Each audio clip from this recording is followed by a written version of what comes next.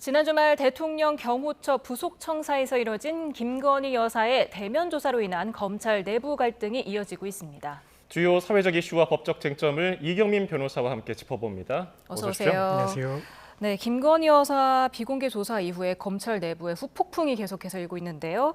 조사 내용부터 한번 짚어주실까요?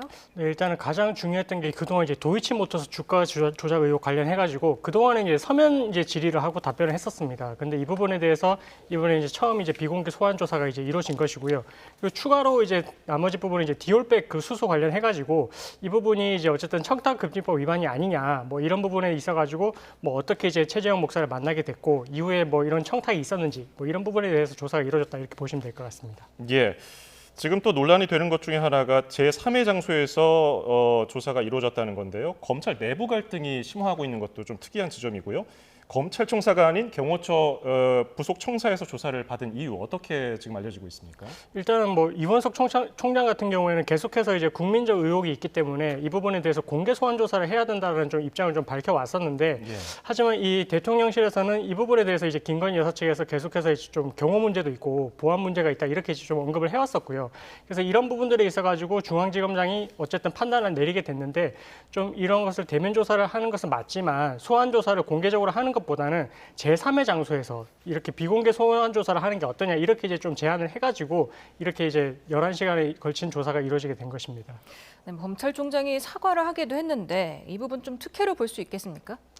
일단은 이전에 대통령 관련된 이제 그 친인척 조사를 했었을 때는 사실은 공개 소환 조사를 했었습니다. 근데 이제 이 부분에 있어서는 이번에는 비공개 소환 조사가 이루어지다 보니까 왜 김 여사에 대해서만 이렇게 이제 뭔가 특혜를 준 게 아니냐 이렇게 이야기를 하고는 있는데 일단은 어쨌든 뭐 지금 조사 내용이 있어가지고 계속해서 이제 김 여사 측에서는 좀 뭔가 이제 소환 조사에 응한다 하더라도 좀 안보 그리고 이제 경호 문제 이런 부분들이 이제 있다 보니까 계속해서 좀 소환 조사에 좀 적극적으로 응하기는 좀 어렵다라는 입장을 밝혀가지고 그래서 이 부분에 대해서는 이제 공개적으로 이제 소환 조사를 하기보다는 좀 비공개 장소에서 이렇게 진행을 하게 된 것인데 어떻게 보면 이게 조사가 또 이르지 않으면은 뭔가 이제 조사 자체가 교착 상태에 이를 수도 있거든요. 그래서 계속해서 이 딜레이가 되는 부분도 있어가지고 좀 절충점을 찾아서 이제 진행을 했다라고 보시면 될 것 같고 이게 반드시 특혜인지 성역인지 이런 부분에 있어서는 좀 뒤에 뭐 이런 부분들에 대한 결과까지 좀 보고 판단을 해야 될 것 같습니다. 예. 지금 이원석 검찰총장에 대한 조사 보고도 좀 늦게 이루어진 점, 이 점도 이슈입니다. 김 여사 조사가 끝날 즈음에야 수사팀으로부터 연락을 받았다는데 이건 왜 그런 것으로 봐야 할까요? 이게 사실은 좀 약간 이제 전임 정부 시절에 그 윤석열 총장이 검찰총장 시절이었을 때 이 김 여사와 관련된 이 의혹에 대해서는 특수관계인이기 때문에 그때 당시에 수사지휘권이 배제가 됐었습니다. 그걸 이제 법무부 장관이 그때 당시 추미애 장관이었는데 발동을 했거든요. 근데 그 수사지휘권이 박탈된 상태에서 지금 현 정권으로 넘어왔고 그래서 지금 이제 중앙지검장이 이야기를 하는 것은 수사지휘권이 없는 사안이기 때문에 이제 그때 당시에 이제 조사하는 것을 보고를 할 수가 없었다. 그리고 뒤에 이제 그 청탁금지법 관련해서는 그때는 이제 어쨌든 이제 조사가 시작되고 나서 사후적으로 이제 보고를 한 것인데 이 부분에 있어서는 이제 검찰총장 입장에서는 이런 것을 이제 보고를 지금 패싱을 해도 되는 부분인가 뭐 이게 어쨌든 수사지휘권은 박탈이 됐지만 보고는 받아야 되는 게 아니냐 뭐 이렇게 좀 이야기가 나오고는 있는데 그래서 좀 이런 부분에 있어가지고 중앙지검장을 질책을 했다 이렇게 하고 있거든요. 그래서 어쨌든 뭐 이미 뭐 그 조사와 관련해서 이제 사전 조사 보고는 없었고 사후적으로 어쨌든 보고가 이루어졌는데 이 부분에 대해서는 조금 뒤에도 좀 이런 문제가 있었던 게 아닌가 절차적인 부분에 있어가지고 이게 과연 허용이 되는 부분인가 좀 이런 부분들에 대해서는 논란이 있을 것 같고 그래서 어쨌든 진상조사를 지금 실시를 하라고 했던 만큼 그 진상조사 결과에 따라서 뭐 이 부분이 과연 문제가 있는지 이런 부분들은 판단이 될 것 같습니다. 총장 수사 지휘권이 특정 사건에만 배제돼 있는 게 문제다. 지금 뭐 정권도 바뀌었고 검찰총장도 바뀌었는데 계속해서 그것만 안 바뀌었잖아요. 네. 어떻게 보십니까?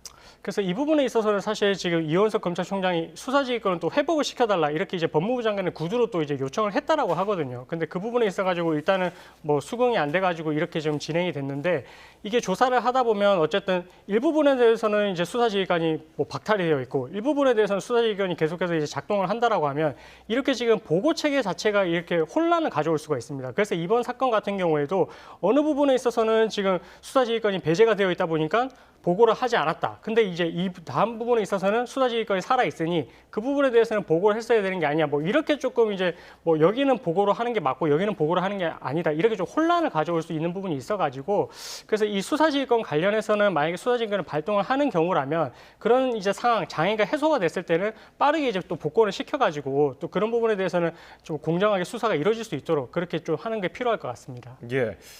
이원석 총장은 이 대검 감찰부에 검찰총장에게 보고하지 않고 조사가 이루어진 경위에 대해서 진상 조사를 하라 이렇게 지시했다고 하는데 어떤 부분을 구체적으로 들여다볼까요?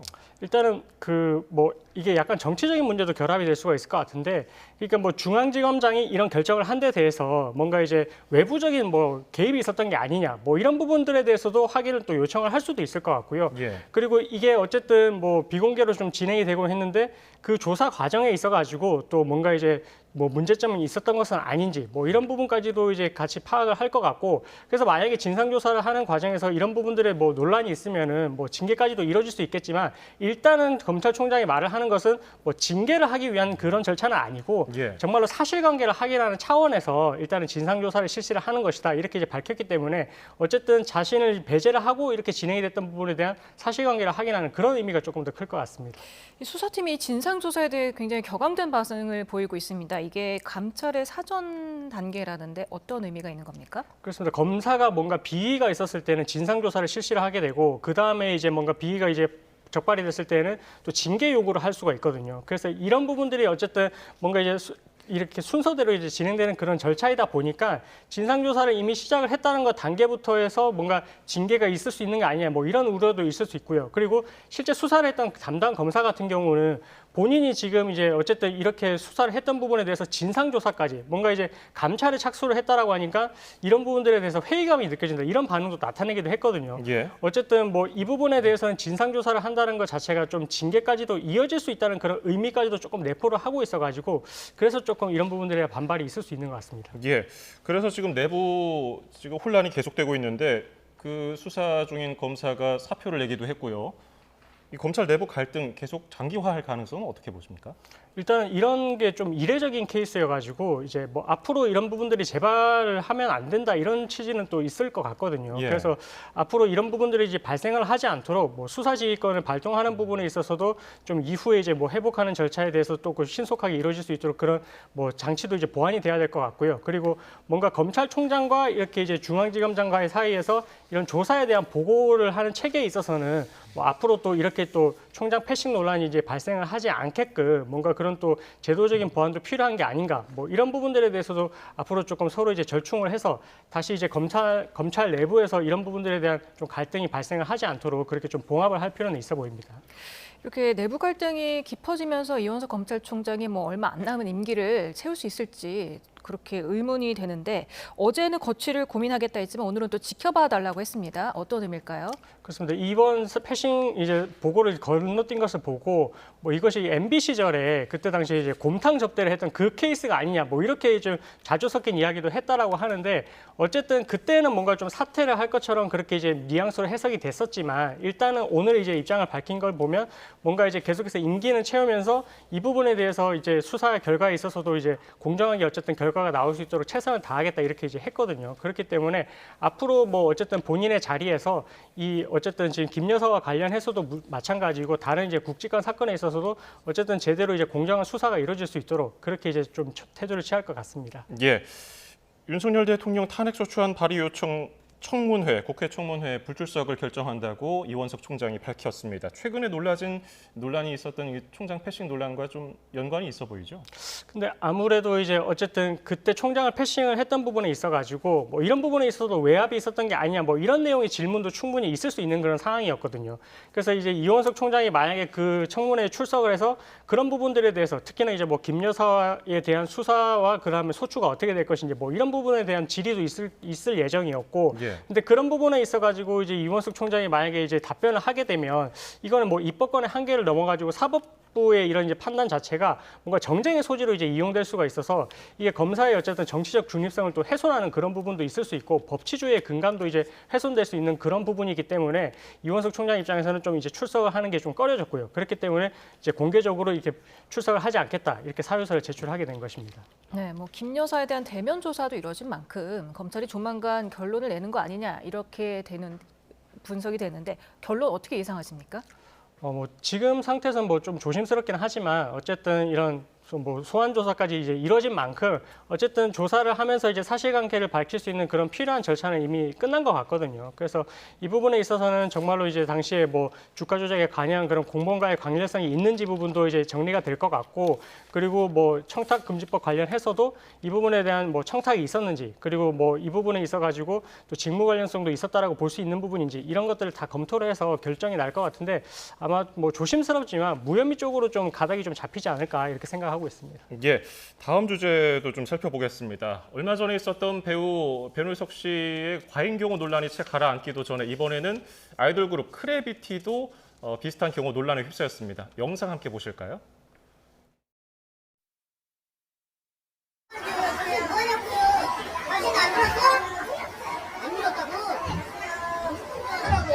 네, 들어갈게요. 나오세요. 나오라고 하죠.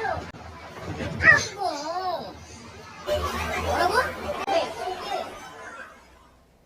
예, 이 영상을 보면은 경호원들이 여성 팬들을 좀 밀치는, 그리고 좀 거세게 거친 말을 하는 모습도 담겨 있는데 병원에서 뇌진탕 진단도 받았다고 해요. 이거 어떻게 보셨습니까? 네, 이런 부분들이 좀 최근에 조금 많이 발생을 하고 있는 것 같습니다. 뭔가 이제 어쨌든 경호업체 입장에서는 뭐 팬으로부터 이제 뭐 연예인을 보호하기 위한 그런 조치였다라고 하는데 좀 그 조치의 수위 정도가 좀 이제는 좀 선을 좀 넘어서는 부분도 있어가지고 그래서 이렇게 이제 뭐 뭔가 밀치는 뭐 이런 유형력 행사까지 이어져서 이렇게 뇌진탕까지 이르는 그런 이제 피해가 발생을 했는데 이게 이번 사안만 문제가 됐던 게 아니라 예전에 또 SM 그룹의 이제 NCT도 이제 그런 또 문제가 있었었고.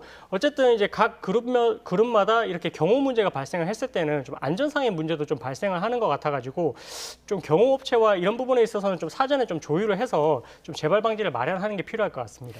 근데 왜 이렇게 특히 보이그룹 경호업체 직원들이 이렇게 과잉 보호 논란이 있는 이유가 있을까요?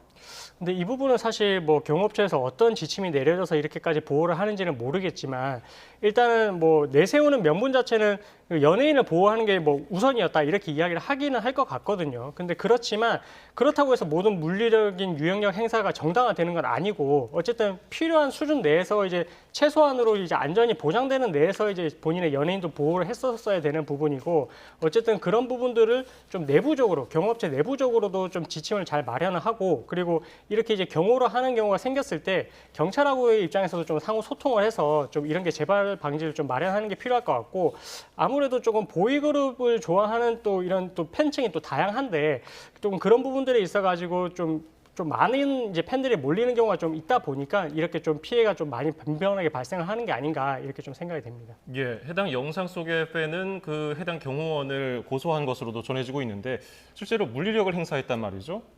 형사처벌이 가능한 부분인가요? 물리력의 정도가 이제 신체 상해를 훼손하는 정도까지 이뤘다고 하면은 뭐 충분히 업무상 과실치상으로 처벌을 받을 수 있을 것 같고요. 그리고 어쨌든 지금 피해자의 진단 그 주수도 중요하거든요. 그래서 주수가 만약에 또 높아진다고 할 것 같으면 그 처벌의 정도도 또 중요해질 수가 있어가지고 어떤 피해가 있었는지 이런 부분들에 대해서는 뭐 경찰도 그렇고 검찰도 뭐 이런 부분을 잘 판단을 해볼 것 같습니다. 이런 연예인의 과잉 경호 논란이 왜 반복된다고 보시는지요? 뭐 이 부분에 대해서는 최근에 또 다른 뭐 변우석 씨 같은 경우에도 이렇게 해외에 출국할 때 그런 부분에 있어서 경호업체에서 뭐 항공권을 검사를 한다든지 아니면 뭐 플래시를 쏜다든지 뭐 이런 부분들이 있었는데 경호업체 내부마다 이렇게 그 연예인을 보호하는 데 있어서 좀 지침이 다른 것 같거든요. 예. 근데 이런 부분들은 사실은 이제 경찰도 이 뭔가 항공권을 검사하는 부분에 있어서는 정말 그런 범죄의 혐의점이 있는 사람에 한해서만 할 수 있기 때문에 그런 걸 넘어서서 경호업체에서 이렇게 해서는 안 되는 부분이고 인권 침해 문제도 있어가지고 좀 이런 부분들은 가이드라인을 좀 잘 만들어서 좀 준수를 할 필요가 있을 것 같습니다. 예, 주요 사회적 이슈와 법적 쟁점 이경민 변호사와 함께 짚어봤습니다. 고맙습니다. 감사합니다.